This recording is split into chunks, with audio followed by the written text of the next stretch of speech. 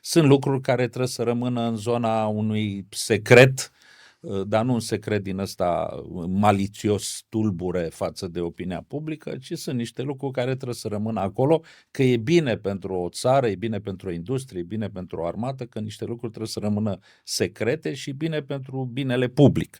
Și atunci tu nu poți să creezi un context în care să explici prea multe ca să se înțeleagă bine. Bine, pentru publicul care nu e conectat total la chestia asta, acolo e povestea clasică. Noi am discutat despre povestea asta cu rușii, spionajul și nu știu ce.